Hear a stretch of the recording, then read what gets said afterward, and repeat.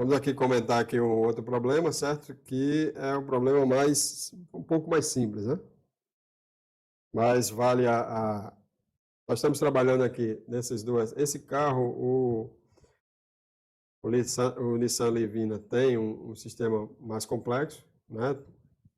Mas esse outro veículo é um sistema mais simples, usa o Redcam, mas é uma Redcam lá do início, né? Que é o sistema Venice, certo? Mas os conceitos, certo? Eles são atemporais, pessoal. Conceito, conhecimento, não fica velho. A experiência que você tem num carro simples, você aplica num carro mais complexo. Se você não tiver a experiência, a bagagem de um sistema mais simples, para você já aplicar direto num carro mais complexo, vai ficar muito mais difícil, né? Então, o que a gente traz aqui, ele vai servir tanto para um veículo mais antigo, como uma Redcam, por exemplo, desse ponto, é mais simples, mas vai servir também para o conhecimento para aplicar num sistema mais complexo, com toda certeza aí. É o que a gente faz. Bom, pegarem as perguntas aí, depois a gente vai tratando aí com a turma aí as perguntas. Só espero que o pessoal não deixe para o final, porque a gente tem um horário aí para cumprir, tá certo? Que terminando aqui a gente já vai para outra missão. Bom, esse veículo aqui, o caso aqui do nosso ponto, esse veículo veio também de outra oficina, certo? A reclamação era lâmpada da injeção acesa, estava gerando o código P0141, que é resistência de aquecimento, falha no resistor de aquecimento, né, o heater, ação da lâmpada 2, pós-catalisador, e não existia falha de dirigibilidade nesse veículo. Ou seja, o carro não tinha falhamento, nada, apenas a lâmpada acendia, o mecânico lá me relatou que apagava a falha, passava mais ou menos uns 10 dias, uma semana, 15 dias, a lâmpada voltava a acender. O que eles fizeram? Na dúvida, eles para tentar resolver, substituíram a sonda lambda. Não houve sucesso. Botaram a sonda lambda NGK, correta, aplicação, tudo certinho, a gente conferiu, mas não teve sucesso. E aí foi quando direcionaram o carro para a gente, certo? E ele tinha também o acendimento da lâmpada do airbag, certo? Mas o foco principal era resolver a lâmpada do airbag, não, a lâmpada que é um defeito entre aspas, né? Que é acendendo a lâmpada de desabilitação. Ela acende quando desabilita o airbag do passageiro, certo? Mas isso aí foi uma programação que nós fizemos, uma programação simples, né, que é feita ali creio que alguns já devem conhecer, ok? Mas, de todo jeito, a gente fez uns testes na rede, porque tinha DTC de Redcam em diversos módulos, certo? Nesse veículo. Então, a gente fez testes na rede, certo? Mas não tinha nenhum problema relacionado à rede. Fizemos teste de alimentação elétrica, do BCM, a gente fez por precaução, né? Porque como o defeito era intermitente, então, ainda mais depois do que a gente descobriu no circuito da sonda lambda, né? Às vezes a gente acha que não tem nada a ver, mas eu prefiro por precaução checar. Então, vamos lá. Então, esses eram os problemas, esse era o que estava incomodando. Lâmpada da injeção acesa, certo? DTC, código de falha que tinha gravado P0141 e sem falha de dirigibilidade, certo? E aí o cliente fica inseguro, o cliente era uma pessoa idosa, o carro 2011, mas muito bem cuidado, o carro único dono, então ele queria consertar o carro dele, né? Então testamos a alimentação positiva e o sinal PWM da linha do aquecedor, ok? Então aqui no diagrama elétrico.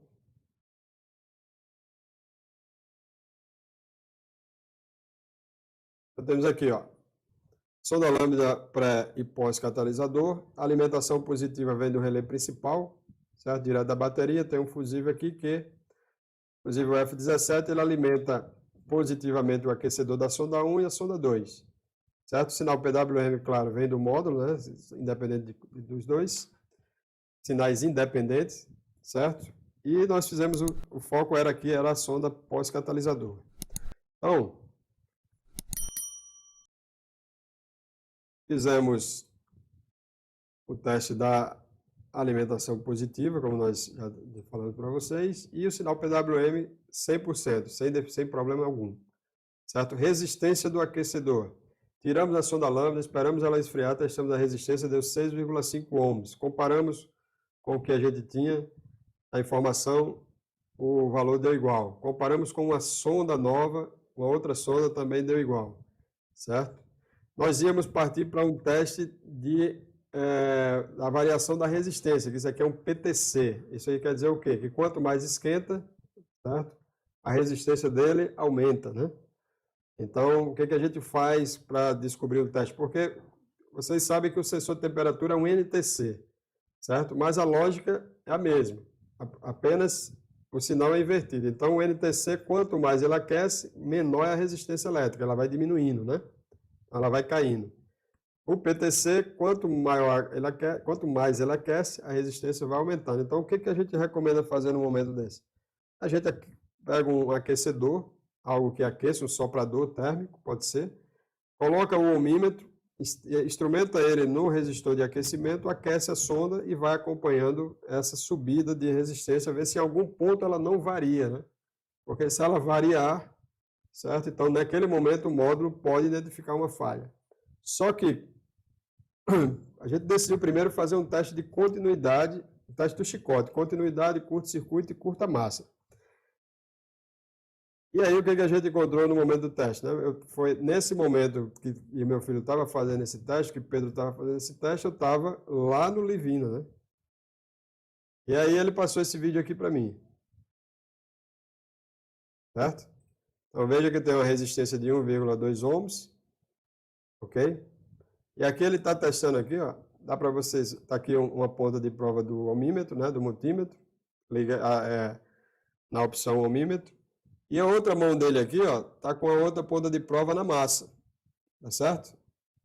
E esse fio aqui é o fio, é o positivo, pessoal, certo? É o que traz a alimentação positiva para o aquecedor da sonda, certo? Então não é para dar nada, né, para a massa, teste de curto-circuito. Olha lá, 1,3 ohms aqui, ó, certo?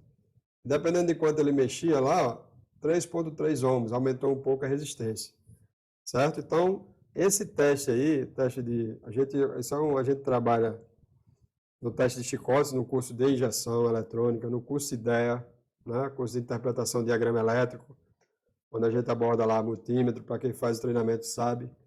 Então, teste de continuidade, curto-circuito e curta-massa. Eu ainda sei, fico sabendo de gente que arranca, né, a gente fala assim popularmente, né, que remove o chicote para fazer um teste, porque não sabe fazer um teste completo de chicote. É claro, às vezes você precisa remover o chicote, você precisa abrir o chicote para checar se existe um problema. Isso aí é fato. Acontece, mas o camarada não faz um teste antes, porque você pode encontrar, como a gente encontrou aqui, a falha. Certo? Então, na oficina que passou esse veículo, o rapaz não fez esse teste, não fez essa avaliação. Tá? Aqui, o teste de curta massa, deu continuidade para a massa, ok? E está aqui a prova do crime aqui, ó. Quando a gente abriu o chicote, certo? Olha aí o problema aí. Dos 4 fios da sonda, 3 estavam assim. Por que isso? Chicote mal posicionado. O cidadão vai lá, faz um serviço qualquer, seja de cabeçote, de motor, ou serviço de arrefecimento, remove o chicote, joga lá de qualquer jeito, não prende o chicote, e aí começa. Eu teve um caso aí que eu citei há pouco tempo atrás para vocês, está no nosso canal lá, passo a passo do diagnóstico de um Polo, 2011 também, por coincidência. Certo? Veículos com mais de 10 anos, pessoal, atenção em chicote, tá certo? Conexões, é um veículo que já tá bem velho já, né? Eu sempre falo que em 2005 eu evitava pegar carro 95 porque eu já sabia que vinha muito mais encrenca. E olha que naquela época, basicamente o que a gente tinha, a maioria dos veículos, a parte eletrônica era só a injeção. Rede CAN era muito raro, era os carros da Peugeot, da Fiat, e mesmo assim era uma rede muito básica, certo? E imagine você hoje, em 2025, pegando um carro 2011, certo? Então, tem problema porque o chicote já está velho, as conexões já estão velhas e passou muita gente por ela, por esses veículos, que não tem o cuidado de devolver ao veículo a originalidade dele. O cara deixa o chicote lá de qualquer jeito. Esse Livina mesmo que eu fui fazer o diagnóstico, que eu descrevi aqui para vocês, está cheio de...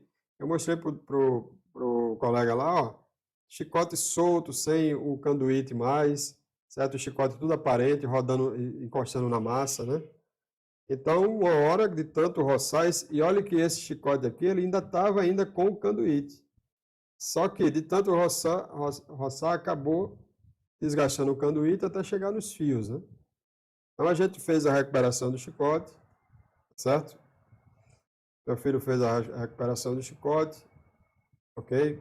Então o espaguete retrátil aqui, ó, termorretrátil, isolamos certinho, passamos uma fita, passamos o canduíte e prendemos ele com uma braçadeira plástica, né? O velho enforca-gato. Vocês todos sabem o que é enforca-gato, não sei se no Brasil todo é chamado assim, né? E aí, agora não vai ter mais risco de problema, né? Ok? Então, o problema principal estava aqui, do veículo.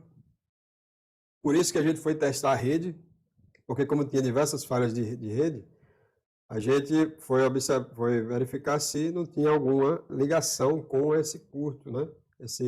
Não era um curto grave, até porque, por incrível que pareça, não gravava falha na outra sonda, né? Que em teoria seria para gravar falha na outra sonda, até porque a alimentação, o problema maior era certo? Nessa linha aqui, ó. Ok? Mas, por incrível que pareça, né? Só gravava falha na sonda 2. A gente foi checar, mediu a rede, tudo certo. Estava tudo ok para entregar o carro com o mínimo de risco de retorno, né? Porque isso é uma coisa que eu tento evitar ao máximo, é retorno de serviço. Então, eu prefiro ganhar tempo fazendo uma avaliação mais aprofundada e depois a gente entrega o carro com a certeza que a chance de retorno é mínima, né? Bem, meus amigos, senhores, alguma pergunta, algum comentário? Alguém não deixou o like ainda aí? Veja aí que a moeda aqui da resenha técnica aqui é o like apenas. Nada mais que isso. Olha, pessoal, então tá aí esses dois casos, ok? A gente... Esse estranho aqui. Bom, a gente trouxe esses dois casos aí para vocês no dia de hoje, casos de oficina, né? Experiência prática, ok? E falar para vocês que sobre o que a gente ensina é o que a gente aplica, né? Então, funciona, ok? Quando voltar aqui a falar para vocês, falha na rede CAN, tem muitos códigos, muitos módulos reclamando de outros módulos, certo? Diversos códigos de falha, foca no problema. O que está acontecendo? O carro não dá partida, se for no caso como esse, o carro não dá partida, né? O motor não gira. O que precisa para o motor arrancar? Né? Como é que esse imobilizador ele afeta ele inclui também, está incluído o motor não arrancar, então checar o imobilizador. Não, está ok, como eu fiz. Então, e o que precisa? Informação da alavanca, né? Se a alavanca está em P. O módulo do motor o módulo do câmbio está funcionando? Não. Então, tudo isso, uma coisa vai estar ligada à outra dentro da estratégia de funcionamento, você consegue chegar ao problema. Agora, se ficar perdido, tentando achar defeito em vários módulos sem um foco, né, que é o problema que está acontecendo, aí realmente vai ficar bem mais difícil de solucionar. Tranquilo? Não que seja fácil, é difícil. Tá certo? Só a gente é que sabe. Mas sem um conhecimento, aí fica mais difícil ainda, né?